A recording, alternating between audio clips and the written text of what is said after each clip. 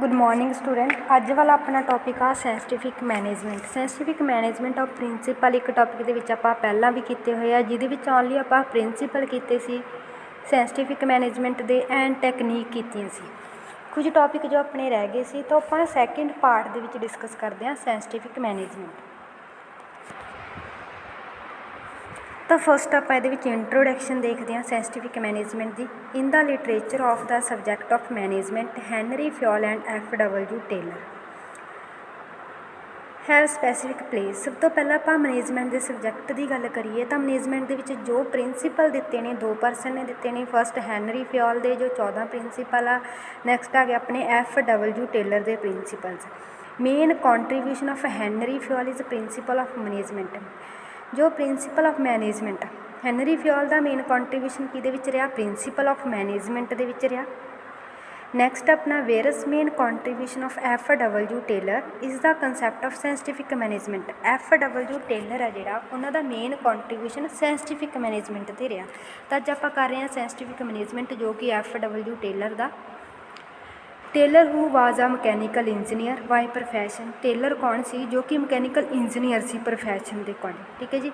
Lead emphasis on adopting scientific attitude and scientific method, जिन्होंने ने कि scientific attitude scientific method को adopt किया। तो इन्होंने किस चीज़ के कॉन्ट्रीब्यूट किया होया? सबजैक्ट ऑफ मैनेजमेंट के कॉन्ट्रीब्यूट किया, जिहदे इन्होंने प्रिंसीपल दिता साइंटिफिक मैनेजमेंट की।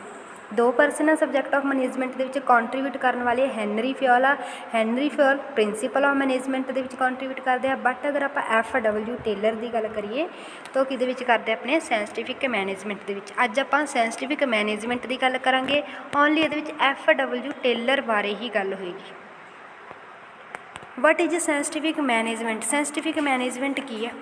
तो सब तो पहला आप देखिए according to Taylor scientific management दा कॉन्ट्रीब्यूशन किने दिता? F.W. टेलर्स ने। ठीक है जी। According to Taylor management is also a science. तो अकॉर्डिंग टू टेलर मैनेजमेंट की एक साइंस है, वो कहते। ठीक है जी। साइंस क्यों आ? Because it has certain specific principle, क्योंकि ये कुछ प्रिंसीपल ने, थ्यूरीज ने which are universal and hence applicable in every organisation, जो कि यूनीवर्सल है जड़ियाँ। ठीक है जी। अप्लाई की जांदियां हर एक ऑर्गेनाइजेशन से, चाहे स्मॉल लैवल ऑर्गेनाइजेशन आ, चाहे बिग लैवल ऑर्गेनाइजेशन आ, किमें दी भी ऑर्गेनाइजेशन आ, प्रिंसीपल एंड थ्यूरी अप्लाई की जाते हैं एवरी ऑर्गेनाइजेशन।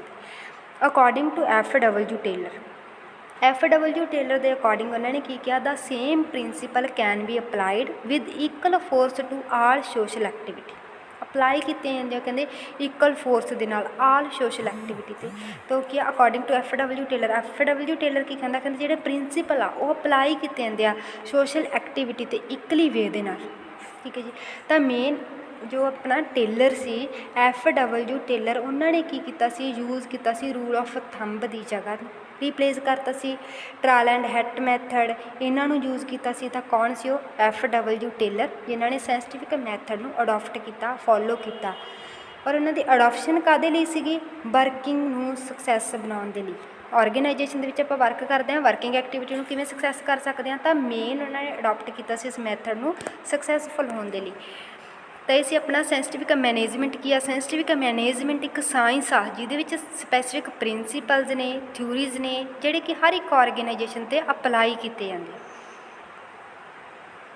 नैक्सट आ गया अपना मीनिंग। मीनिंग दे विच आपां गल करिए, scientific management is the application of scientific method and principle to managerial function. तो की कहते हैं? साइंटिफिक मैनेजमेंट एक एप्लीकेशन आ साइंटिफिक मैथड की, प्रिंसीपल की, और इन्हां दे नाल मिल के आपां मैनेजल फंक्शन नूं परफॉर्म करते हैं, ऑर्गेनाइजेशन दी वर्किंग एक्टिविटी नूं परफॉर्म करते हैं। ट्रेडिशन मैथड की जगह पर आपां मॉडर्न मैथड नूं फॉलो करते हैं। तो अपना scientific management under it one best way, इन्होंने की किया होया? One best way is developed to perform every function. तो एक वैस्ट तरीके दे नाल आपां हरेक फंक्शन नूं परफॉर्म करना, उन्होंने डिवेलप करना, ऑर्गेनाइजेशन दी वर्किंग एक्टिविटी नूं डिवेलप करना, वधिया ढंग नाल करना, ताकि साडी परफॉर्मेंस वधिया हो सके। लास्ट लाइन दे विच इन्होंने क्या होया? Scientific method are adopted for the solution of various problem of the organisation as well.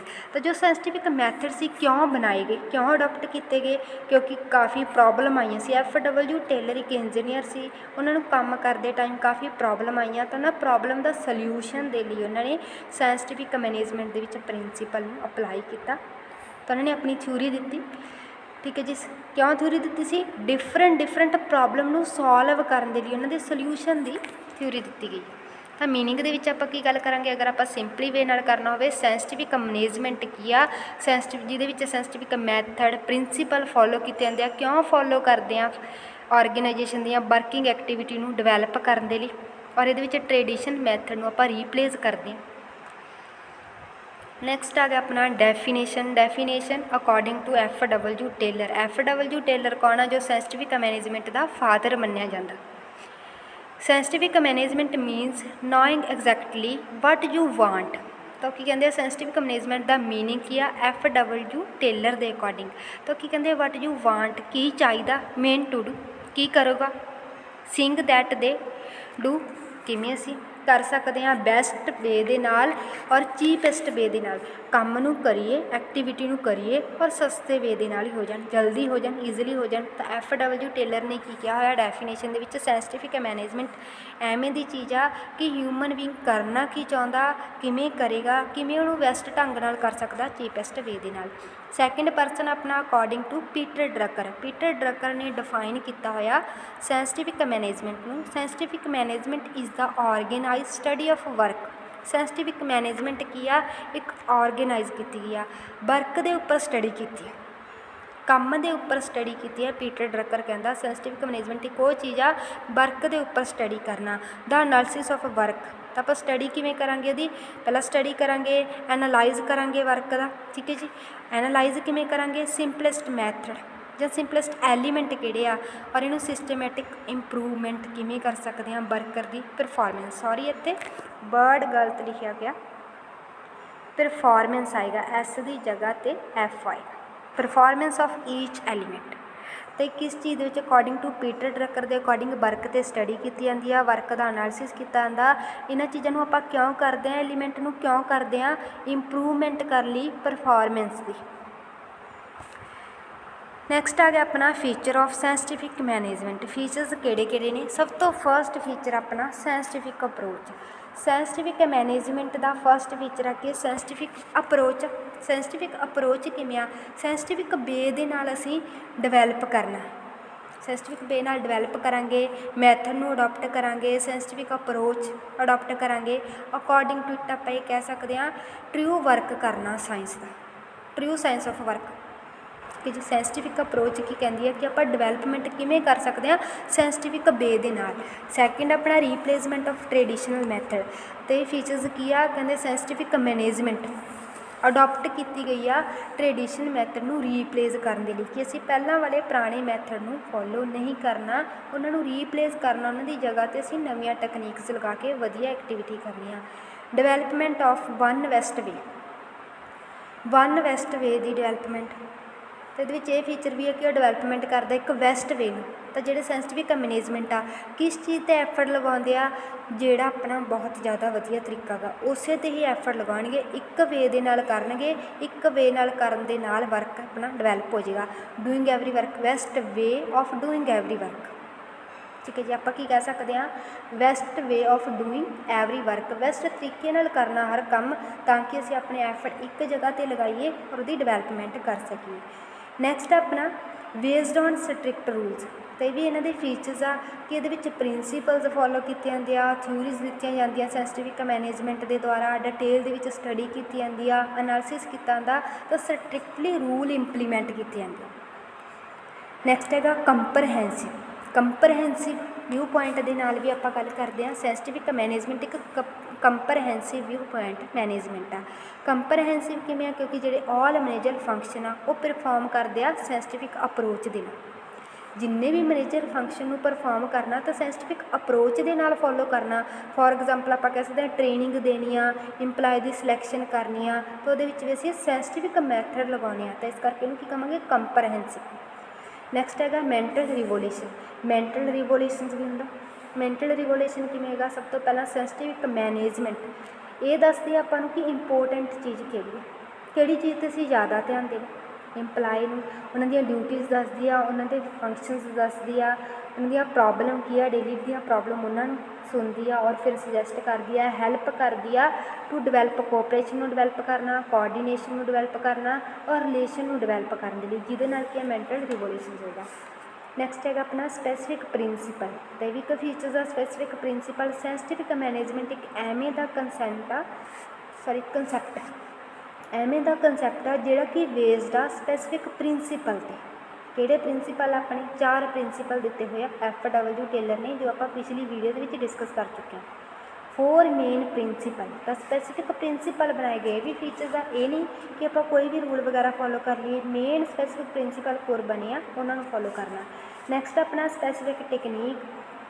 Specific technique ਦੇ ਵਿੱਚ ਕੀ ਆ, ਸਪੈਸੀਫਿਕ ਟੈਕਨੀਕ ਯੂਜ਼ ਕੀਤੀਆਂ ਜਾਂਦੀਆਂ, ਮਤਲਬ ਕਿ ਆਪਾਂ ਇਹ ਕਹਿ ਸਕਦੇ ਹਾਂ ਸਭ ਤੋਂ ਪਹਿਲਾਂ ਵਰਕ ਨੂੰ ਕਿਵੇਂ ਕਰਨਾ, ਉਹਦੀ ਸਟੱਡੀ ਕਰਦੇ ਹਾਂ, ਸਟੈਂਡਰਡਾਈਜੇਸ਼ਨ ਕਰਦੇ ਹਾਂ, ਸਿੰਪਲੀਫਿਕੇਸ਼ਨ ਔਰ ਪਲੈਨਿੰਗ। ਤਾਂ ਇੱਕ ਟੈਕਨੀਕ ਆ, ਕਹਿੰਦੇ ਪਲੈਨਿੰਗ ਕਰਦੇ ਹਾਂ ਔਰ ਪ੍ਰੈਕਟੀਕਲੀ ਵੇ ਦੇ ਨਾਲ ਅਸੀਂ ਵਰਕ ਨੂੰ ਕਰਕੇ ਦੇਖਦੇ ਹਾਂ। ਤਾਂ ਉਹਨੂੰ ਆਪਾਂ ਕਹਾਂਗੇ ਸਪੈਸੀਫਿਕ ਟੈਕਨੀਕ। ਜਦੋਂ ਪਹਿਲਾਂ ਸਟੱਡੀ ਕਰਨੀ ਆ, ਫਿਰ ਉਹਨਾਂ ਦਾ ਸਟੈਂਡਰਡ ਸੈੱਟ ਕਰਨਾ, ਸਿੰਪਲੀਫਿਕੇਸ਼ਨ ਕਰਨੀ ਆ, ਪਲੈਨਿੰਗ ਕਰਨੀ ਆ, ਤਾਂ ਸਾਰੀ ਕੀ ਇਹ specific technique.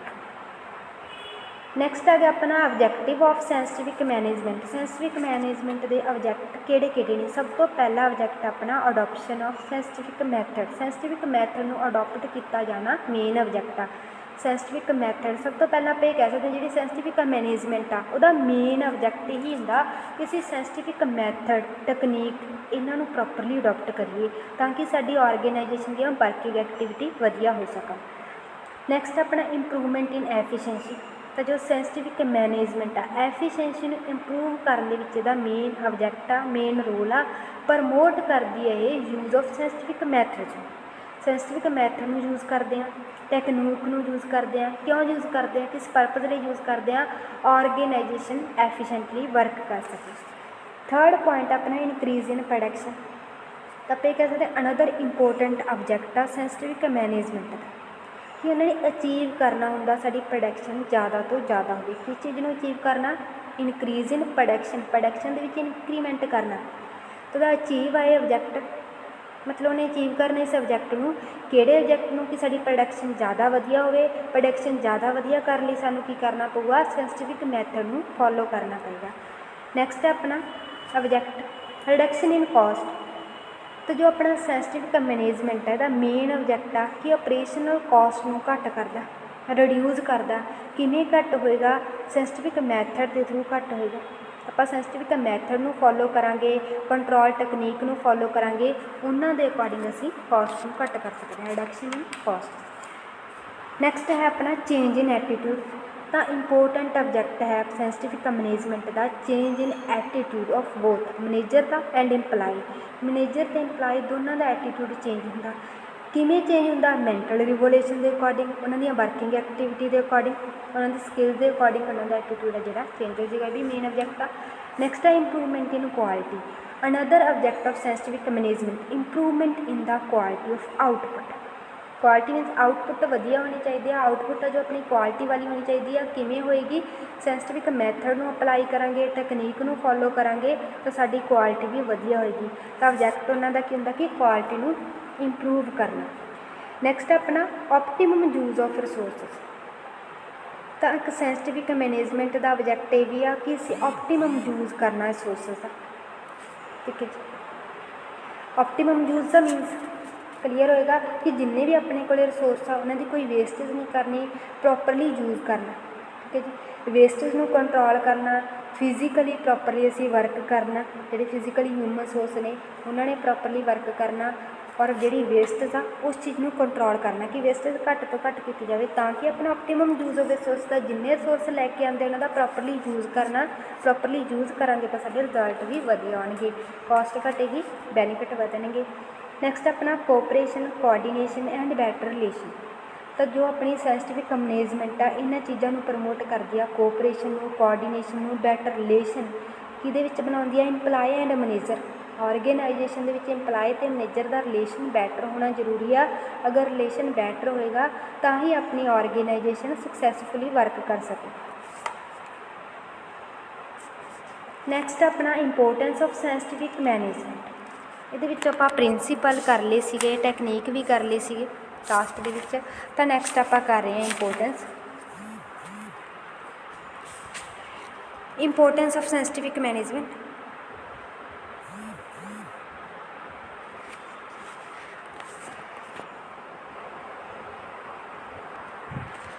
Thank you student.